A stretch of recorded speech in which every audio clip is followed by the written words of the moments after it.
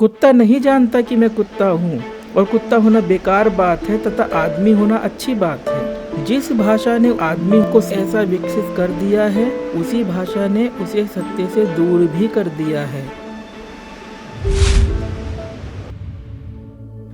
सत्य भाषातीत है, वह शब्दों में समाहित नहीं हो सकता। ऐसी बातें हमने अनेक बार ज्ञानियों के, संतों के श्रीमुख से सुनी होगी। सत्य जब शब्दों द्वारा परिभाषित नहीं हो सकता है, तो क्या प्रयोजन है आध्यात्मिक पुस्तकों का, शास्त्रों के अध्ययन का? क्या औचित्य है सत्संग श्रवण का? चीन देश के संत लाओत्से अपनी एकमात्र पुस्तक ताओ ते चिंग में लिखते हैं कि जो कहा जा सके, जिसे कि कोई नाम दिया जा सके, वह शाश्वत ताओ अर्थात परम सत्य नहीं है।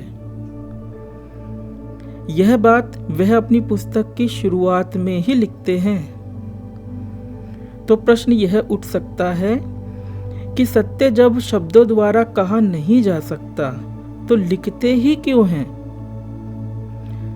जो ज्ञानी संत ऐसा कहते हैं कि सत्य भाषातीत है, शब्दातीत है, वे ज्ञानी संत इतना कुछ कह गए हैं कि ग्रंथ के ग्रंथ रचे जा चुके हैं। आज इन्हीं सब बातों पर चर्चा करेंगे, जिससे कि निश्चित ही अध्यात्म को समझने हेतु, अध्यात्म के मार्ग पर कदम बढ़ाने हेतु एक नवीन दृष्टिकोण का अभ्युदय हमारे भीतर होगा। जिन महत्वपूर्ण बिंदुओं पर चर्चा होगी, वे महत्वपूर्ण बिंदु हैं। बिंदु 1, सत्य भाषा की पकड़ से बाहर क्यों? बिंदु 2, जितनी भाषा उतना सिरदर्द। बिंदु 3, क्या पशु हमसे बेहतर हैं? बिंदु 4, सिर्फ धर्म की दृष्टि से हम पशुओं से बेहतर हैं। तो चर्चा को शुरू करते हैं प्रथम बिंदु से।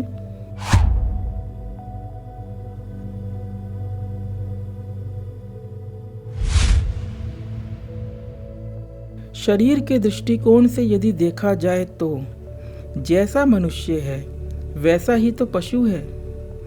हमारे पास इंद्रियां हैं और संज्ञानात्मक क्षमता है, तो पशुओं में भी कम ज्यादा मात्रा में इंद्रियां और संज्ञानात्मक क्षमता है। संज्ञानात्मक क्षमता का अर्थ होता है पता चलना या कहें सजगता। इस बात को संक्षेप में ही हम कह रहे हैं ताकि चर्चा में विषयांतर ना आए और वही चर्चा हो जो कि आज का विषय है। तो शारीरिक दृष्टिकोण से आदमी भी एक पशु ही है, परंतु भाषा के विकास ने इसे वह रुतबा प्रदान कर दिया है कि यह एकदम खास तरीके का पशु हो गया है, जो कि गणना, संगठन, विश्लेषण, सूचनाओं के प्रसार आदि में पारंगत ही नहीं, महापारंगत है। जिस भाषा ने उसे ऐसा विकसित कर दिया है, उसी भाषा ने उसे सत्य से दूर भी कर दिया है और सत्य को ज्ञात कर लेने के योग्य भी कर दिया है। अर्थात भाषा के द्वारा ही दोनों कार्य संभावित हो सके हैं। सत्य को ज्ञात कर लेने से आशय स्वयं को जान लेने से है और स्वयं को जान लेने से आशय मैं क्या नहीं हूं यह जान लेने से है। इस बात पर चर्चा करने से पूर्व हम चर्चा करना चाहेंगे कुछ भाषा के बारे में, भाषा के स्ट्रक्चर के बारे में, संरचना के बारे में, क्योंकि यह जानना अत्यंत ही उपयोगी होगा। भाषा में वाक्य होते हैं और ये वाक्य, ये सेंटेंसेस कुछ चीज़ों का कॉम्बिनेशन हुआ करते हैं।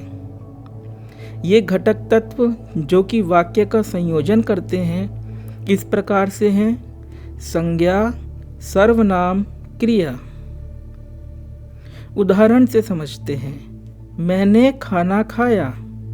इस वाक्य में मैंने शब्द हुआ सर्वनाम, खाना शब्द हुआ संज्ञा, तथा खाया शब्द हुआ खाने की क्रिया। संज्ञा तथा सर्वनाम के द्वारा भाषा यह निश्चित करती है कि वह वस्तु या व्यक्ति वस्तुतः है, एक पृथक, एक स्वतंत्र इकाई के रूप में है। मैंने खाना खाया इस वाक्य में भाषा के द्वारा यह सुनिश्चित हुआ कि कोई है जिसने कि खाना खाया, और उसकी स्थिति अर्थात उसका होनापन बिना खाने और खाने की क्रिया के भी है। मतलब खाना और खाने की क्रिया ये दोनों जब नहीं थे तब भी वह जिसने कि खाना खाया मौजूद था। उसकी एक पृथक एवं स्वतंत्र सत्ता है। इस वाक्य में मैंने खाना खाया भाषा द्वारा यह निश्चित हुआ कि खाना वस्तुतः है, अपनी पृथक एवं स्वतंत्र सत्ता लिए हुए। तो भाषा ये काम किया करती है। क्या काम? यह काम कि एक हैपन बांटती फिरती रहती है, सब कुछ को है बना डालती है, कभी संज्ञा देकर कभी सर्वनाम देकर, और ये हैपन का सर्टिफिकेट दिन भर बटा करता है। ये हैपन का झूठा सर्टिफिकेट दिन भर बटा करता है। इसी को हम लगातार चलने वाला है मंत्र का जाप बोला करते हैं। और हिंदू, मुसलमान, सिख, ईसाई सब के सब इस है मंत्र को अनवरत जप रहे हैं। गहन निद्रा में इस है मंत्र से छुटकारा मिल जाया करता है। मांडुक्य उपनिषद उस परम सत्य की ओर इशारा करने हेतु कहता है कि वह आत्मा अव्यपदेश्यम है, अर्थात उसको बताया नहीं जा सकता। क्यों यह उपनिषद ऐसा कह रहा है? ऐसा इसलिए कहा जा रहा है क्योंकि कुछ बताते ही आप अपनी भाषा द्वारा उसको एक संज्ञा, एक सर्वनाम अथवा एक क्रिया बना डालोगे। जैसे कि लोग अक्सर कहा करते हैं, खास तौर पर आजकल के बुद्धिजीवी लोग अक्सर कहा करते हैं कि संपूर्ण ब्रह्मांड में एक सुपर इंटेलिजेंस काम कर रही है, वह है सत्य, वह है अल्टीमेट रियलिटी। जहां आपने बोला कि काम कर रही है, वहीं आपने आत्मा पर, सत्य पर क्रिया आरोपित कर दी, हो गया सब गुड़ गोबर। जो लोग कहते हैं कि आत्मा एक ऊर्जा है जो कि शरीर को चलाती है, तो उन्होंने भी भाषा के द्वारा आत्मा पर क्रिया आरोपित कर दी। सत्य भाषा से बाहर है, इसलिए बाहर है क्योंकि भाषा संज्ञा, सर्वनाम और क्रिया के द्वारा हर कुछ को परिभाषित किया करती है।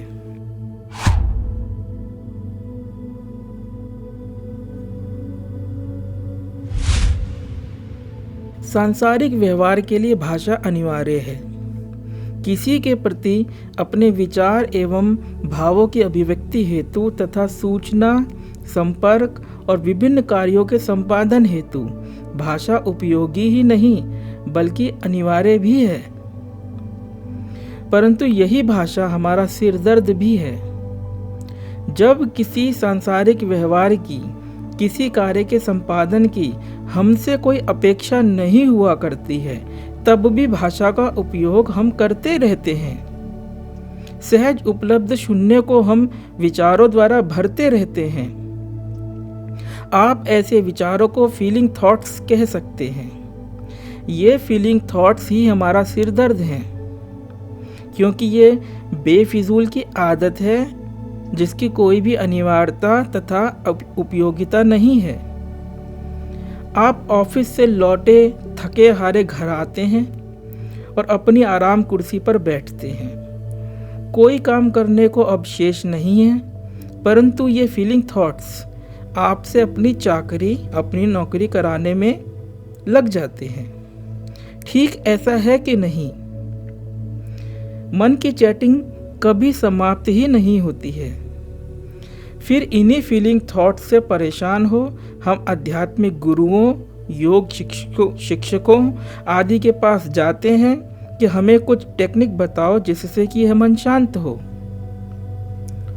और वे हमें कुछ उपाय बताते हैं मेडिटेशन के रूप में। क्या खुद से यह जानना जरूरी नहीं है कि आखिरकार ये विचार, ये फालतू के अनुपयोगी विचार, ये फीलिंग थॉट्स आ ही क्यों रहे हैं? कोई मेडिटेशन आदि सीखने एवं करने से पूर्व यह जानना अत्यंत आवश्यक है कि ये फीलिंग थॉट्स आखिरकार क्यों आ रहे हैं। जबकि मैं नहीं चाहता, ये फिर भी आ रहे हैं। आइए समझते हैं इस बात को। ऐसा समझते हैं कि मन को शांत करने के लिए किसी मेडिटेशन टेक्निक की आवश्यकता ही न पड़े। उदाहरण से समझें। जैसे कि कोई व्यक्ति आपके घर आया, आप उससे भेंट करते हैं, बातें करते हैं और फिर उसे विदा करते हैं। ये पूरा घटनाक्रम एक विषयगत अनुभव हुआ जिसमें आपसे यह अपेक्षित था कि आप इन्वॉल्व हुए, आप उसमें संलिप्त हुए और आप इन्वॉल्व हुए भी। ये संसार के साथ व्यवहार हेतु जरूरी भी है। इस पूरे विषयगत अनुभव में आपकी इन्वॉल्वमेंट अनिवार्य थी और ये इन्वॉल्वमेंट है आपकी सजगता, आपकी अटेंशन। देखिए, ये अटेंशन शब्द कितना प्यारा शब्द है। यह शब्द अटेंड शब्द से बना है। अटेंड मतलब कुछ के भी प्रति बोधवान होना। जब वह विषयगत अनुभव था तब आप अटेंड कर रहे थे उस व्यक्ति के रूप को, हाव भाव को, उसकी बातों को और अपनी बातों को भी। उस व्यक्ति का रूप, उसके हाव भाव तथा विचार और आपके हाव भाव तथा विचार, ये सब के सब विषय थे, ऑब्जेक्ट थे, जिनको कि आपकी सजगता, आपकी अटेंशन अटेंड कर रही थी। परंतु जैसे ही वह व्यक्ति गया, वह विषयगत अनुभव या कहें घटना समाप्त हुई, तो यह अटेंशन कहाँ जानी चाहिए? जरा सोचे। जब सारे विषय, सारे ऑब्जेक्ट्स अशेष हो गए, अर्थात नहीं रहे, तो इस अटेंशन को, आपकी सजगता को वहीं जाना चाहिए जहाँ से यह उद्भूत हुई थी, अर्थात अपने स्रोत पर, सोर्स पर लौटना चाहिए। और यदि यह अटेंशन, यह सजगता अपने स्रोत पर लौटेगी तो इसको मरना पड़ेगा। क्यों मरना पड़ेगा? इसलिए मरना पड़ेगा क्योंकि अब अटेंड करने के लिए कुछ शेष नहीं है। जब यह थी तब इस अटेंशन ने आपको एक व्यक्ति के रूप में होने का भाव प्रदान कर रखा था, जिसका कि कोई नाम था, कोई देह थी, कोई इतिहास था। परंतु अब यह अटेंशन यदि अपने स्रोत पर लौटे तो यह व्यक्ति, यह नाम, यह इतिहास भी शेष नहीं रह पाएगा, क्योंकि जो इस अटेंशन का स्रोत है वह निर्विषयक सत्ता है, नॉन ऑब्जेक्टिव अवेयरनेस है। सार रूप में कहें तो यह आपका मैं है।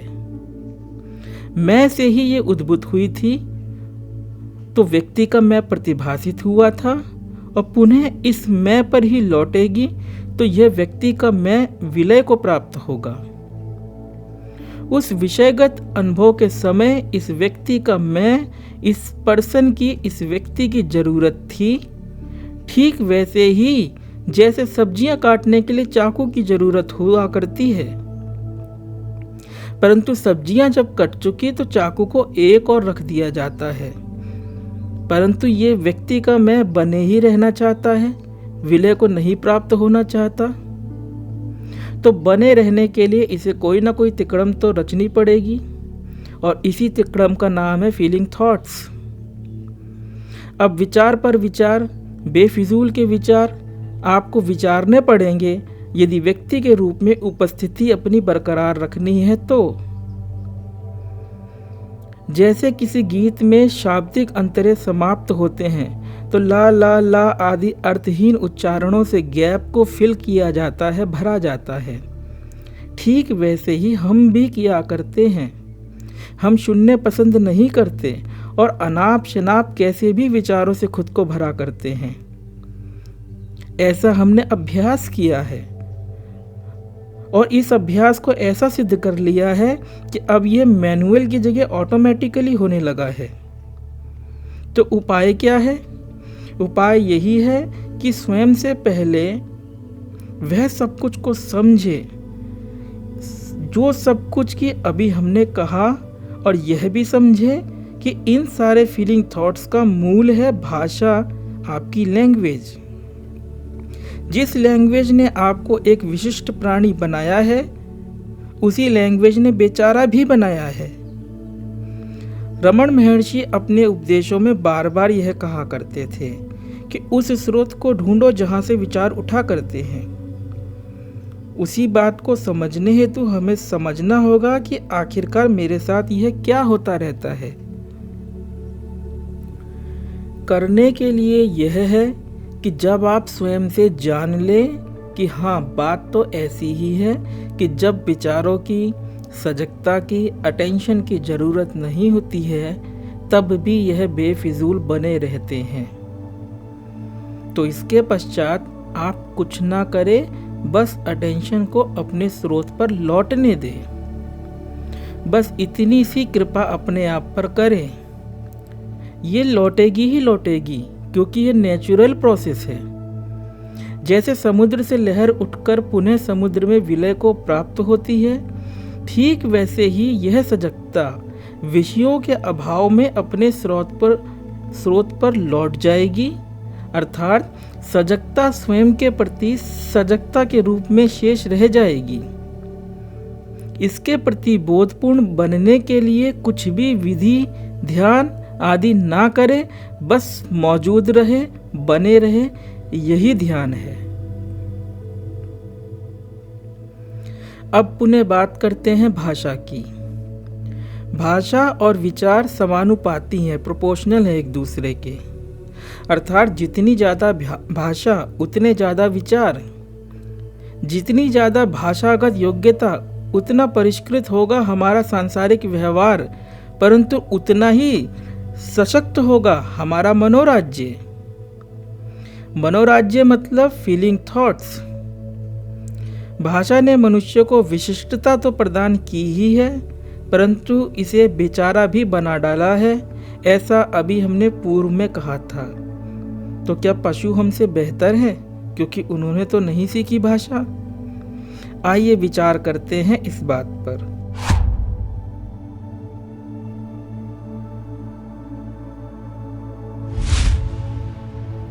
ऐसी बात नहीं है कि पशुओं के पास भाषा नहीं होती है।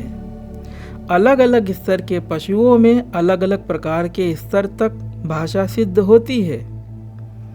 जितनी अधिक भाषा उतनी अधिक वैयक्तिकता, इंडिविजुअलिटी पशुओं में भी हुआ करती है, परंतु ये भाषा का विकास उनका सिरदर्द नहीं बना करती। सिरदर्द से हमारा मतलब है साइकोलॉजिकल पेन। आपके पाँव में चोट है तो आप दो तरीके के दर्द को भोगा करते हो। एक तो होता है फिजिकल पेन, जो कि दर्द है, और दूसरा होता है साइकोलॉजिकल पेन, मानसिक दर्द। पशुओं में यह साइकोलॉजिकल पेन न्यून है, कम है आदमियों की अपेक्षा। यदि आदमियों से उन्हें कंपेयर करा जाए तो ये साइकोलॉजिकल पेन पशुओं में ना के बराबर है, क्योंकि पशु आदमी के तरफ फालतू का सोचता नहीं रहता, इसलिए शरीर केंद्रित रहता है। शरीर केंद्रित रहने का लाभ यह है कि शरीर हमेशा वर्तमान क्षण में स्थित है। पशु ने भूत भविष्य की कल्पनाएं नहीं संजो रखी, और इस मामले में वो इंसान से कई गुना बेहतर है। आप कह सकते हो कि ये कुत्ता है, और कुत्ता शब्द को गाली बना दूसरे को धिक्कार सकते हो कि भजन नहीं करेगा, ध्यान नहीं करेगा तो अगले जन्म में देख ऐसा कुत्ता बनेगा, कुत्ते की तरह तेरी जिंदगी बीतेगी। परंतु ये सब आपका हिसाब किताब है। कहीं कोई कुत्ता गधा गैंडा नहीं बनने वाला। कुत्ता नहीं जानता कि मैं कुत्ता हूँ, और कुत्ता होना बेकार बात है तथा आदमी होना अच्छी बात है। वो अपनी रोटी खाकर अगली रोटी मिलेगी कि नहीं मिलेगी ऐसी चिंताएं नहीं करता। वहाँ तो प्रकृति है, और प्रकृति सिर्फ वहाँ ही नहीं है, यहाँ इंसान के साथ भी है। प्रकृति से बाहर कोई भी नहीं है। बस इंसान के पास में अत्यंत विकसित भाषा की सुविधा है तो उससे मिलने वाली दुविधा भी है। जिस भाषा द्वारा उसने अपनी एक मजबूत वैयक्तिक सत्ता प्राप्त की है, उसी भाषा में व्यक्त किए गए उपदेश उसे उस तत्वबोध में समर्थ बना सकते हैं जो कि कुत्ते के लिए उपलब्ध नहीं है। सिर्फ इस एक दृष्टि से इंसान पशुओं से बेहतर है, नहीं तो इंसान पशु ही है। प्राचीन संस्कृत ग्रंथ हितोपदेश का यह एक प्रसिद्ध श्लोक तो संभवतः आपने पढ़ा या सुना होगा। आहार निद्रा भय मैथुनम च सामान्य में तत् पशुभिर नराणाम धर्मो ही तेषामधिको विशेषः धर्मेण हीना पशुभिः समानः। अर्थात आहार, निद्रा, भय और मैथुन ये मनुष्य और पशु में समान है। इंसान में विशेष केवल मात्र धर्म है। धर्म की दृष्टि से हम विशेष हैं, पशुओं से बेहतर हैं।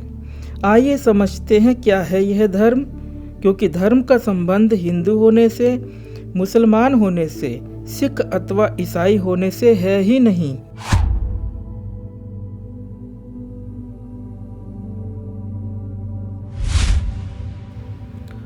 घर वापस लौटने की इच्छा, उत्कंठा सिर्फ उसी में जागृत हो सकती है जिसको कि यह बोध हो कि वह घर में नहीं होकर कहीं अन्यत्र भटक चुका है। जैसे जैसे मनुष्य भाषा प्राप्त करते चले जाता है, वैसे वैसे अपने को एक देह, एक व्यक्ति मात्र समझता चले जाता है। यही है भटकाव कि हमारी पहचान, हमारी आइडेंटिटी ही गलत हो गई है। सिर्फ कुछ पढ़ने या कुछ सुनने मात्र से यह गलती कभी भी समझ में आने वाली नहीं है। थोड़ी देर के लिए सोचिए कि यदि आपका नाम प्रकाश है और आपके किसी मित्र अथवा रिश्तेदार का नाम राकेश है और आपको यदि ऐसा भ्रम हो जाए कि आप प्रकाश न होकर राकेश हैं, तो कितनी विडंबनापूर्ण होगी यह बात। यह है अपनी पहचान गलत कर लेना।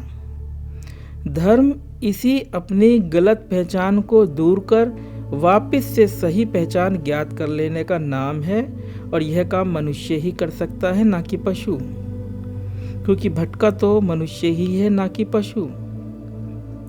सही पहचान में मनुष्य उस भाषा द्वारा ही सर्वथा अपरिभाषित सत्य की अंडरस्टैंडिंग प्राप्त कर लेता है, बोध प्राप्त कर लेता है, परंतु किसी विषय के रूप में नहीं, बल्कि अपने स्व, अपने मैं के रूप में, जो कि भाषा से परे है।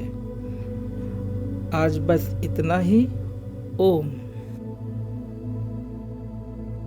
अगर आपको यह वीडियो पसंद आया है तो वीडियो को लाइक जरूर करें और चैनल को सब्सक्राइब कर इस ज्ञान के प्रवाह में अपनी श्रद्धांजलि अर्पित करें।